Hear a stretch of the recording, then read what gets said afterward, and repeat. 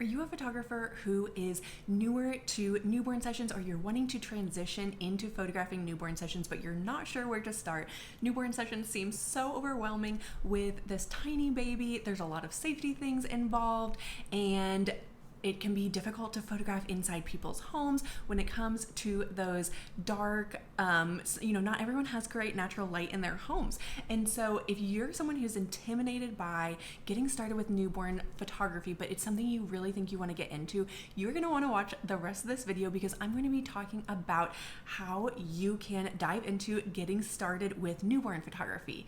Okay, so the first thing you're going to want to do is learn about the foundations of posing newborns and doing it safely. So even when it comes to lifestyle newborn photography, we are not just going to be completely hands off. I know a lot of people think that when you get into lifestyle newborn photography and you're photographing in clients' homes, it means that you don't really have to learn anything. You don't have to know anything. You can just kind of treat it as a regular family session, and you don't need to learn about safety. And I just don't think that's true at all. I am so hands-on with my newborn sessions, and this isn't like a cop-out. I feel like a lot of people kind of think of in-home lifestyle newborn photography as a cop-out of like, oh, I don't want to learn everything that it takes to get into the posed studio newborn photography, so I'm just going to do the lifestyle newborn photography instead. And that's not how it works. You still definitely have a lot that you need to learn. You need to learn about safety and posing newborns safely. You still want to be really hands-on. We are not those people who just say like, oh, we don't touch baby at all just because we're in-home lifestyle newborn photographers.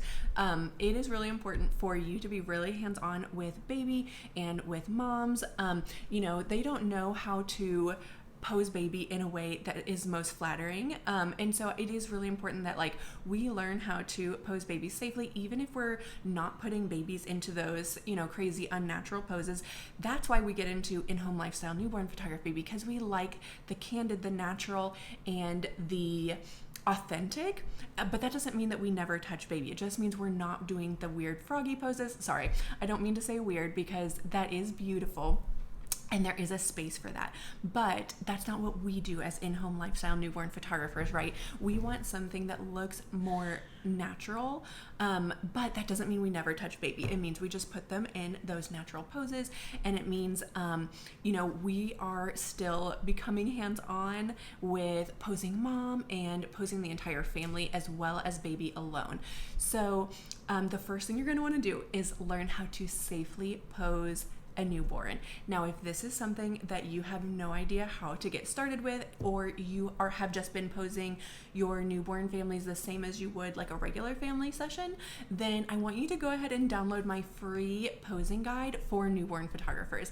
And this is going to show you how to safely pose baby and the entire family at your in-home lifestyle newborn sessions. But one of the biggest things I want you to remember when it comes to posing baby is we want to support their head, neck, and shoulders at all times. So when you're posing them, you want to make sure that, so let's say you have them flat on the bed, you want to make sure that their like entire spine is aligned and you don't have like chin going down like this. And you can for example, a lot of babies want to turn their head when you're laying them flat on their back, but you want to make sure you very, very, very gently, while supporting their whole head, are turning their head like this so that you can get that straight on photo. But you're going to want to download that free posing guide that I have for you down below, so you can see all of the poses that I have for you for in-home lifestyle newborn sessions of baby alone and the entire family. Okay, and then you're also going to want to learn how to swaddle. Speaking of being hands-on, this is something I was so intimidated by when I first started doing newborn photography, and I would just have the family swaddle the baby, and they don't know how to do it in a way that looks good for photos. They know how to do it in a way usually that works for their baby, like to get them to sleep, but it's up to us as photographers to learn how to swaddle in a way that looks good for the photos. And There's also very specific types of swaddles that look best for photos versus the ones that like you would just put your baby into sleep. And so I think that it is our job as photographers to research that and to bring all of those things with us to the newborn session. That's not like an extra thing that clients should have to worry about on top of having a brand new baby. One of the things that can really make you successful and make your clients have an amazing experience with you as a newborn photographer is figuring out how you can make your sessions extremely stress-free for new parents. And of course, no matter what type of photography you do, you want to make sure that your sessions are stress-free, but it's especially important with newborn sessions. Like, parents are going through so much. They're sleep deprived, mom is healing from giving birth. And so you just want to literally handle everything and not put anything on the family. And so one of the ways I do that is by bringing outfits and swaddles for baby and doing the swaddling myself, and then also bringing dresses for moms. And I think having a client closet for newborn photos for the baby and for mom is so important because one, before I had a newborn client closet, moms just didn't know how to dress for photos in a way that was flattering to their postpartum body. And they also may just not have anything that fits. Like, they're in a really weird stage where it's like, I'm not pregnant anymore, but I'm not back to my pre-pregnancy size. And so it's just so weird, like, to find clothes that look flattering. And so it is important for us as photographers to be the ones to, again, research what types of outfits are going to look good on a postpartum body and have those options available for moms, so it's one less thing for them to worry about. So I also have a free client closet starter guide for you in the description below if that's something that you are interested in exploring. And I'll also leave links to some of my favorite swaddles and outfits for babies as well.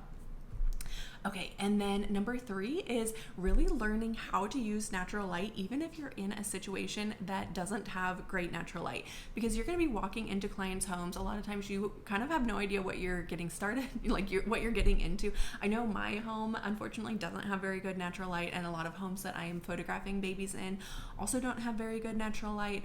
So you need to learn how to deal with that. You know, a lot of people, when they're getting into newborn photography, they're just coming from something like family photography, and so they're used to just doing sessions outdoors, and the lighting is very different than when you're in a client's home.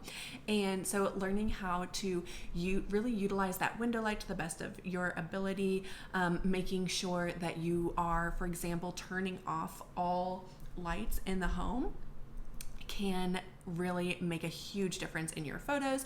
And then learning how you can use your camera settings in a way where you are getting the best quality possible, even in really low light situations. Now, for me personally, I came from wedding photography before I got into newborn photography, so I was already used to really low light situations, so that wasn't something that was new to me. Although I used to use flash when I was a wedding photographer, and I started out with using flash when I got into newborn photography, and I just started realizing I don't prefer the look of it. I prefer the look of natural light, even if it's really, really dark. I still think that the look of natural light is going to be better than if you use flash. That's my personal opinion. And so if you're someone who struggles with figuring out your camera settings in those low light situations where you don't have great natural light in your client's home, I have another free download for you down below, and that is my camera settings cheat sheet for in-home newborn sessions. So if that's something that would be helpful for you, that is down below as well. Okay, so I hope that these tips about how to get started with your in-home lifestyle newborn photography have been helpful for you.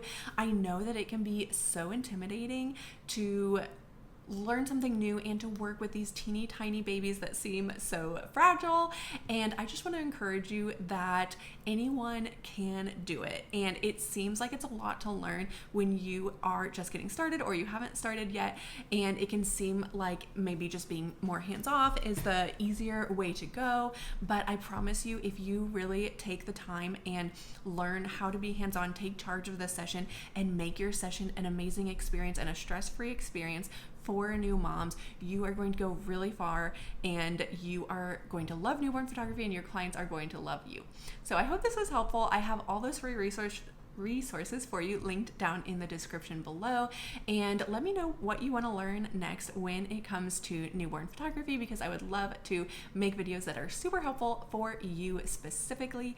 And yeah, I can't wait to see you guys in the next video.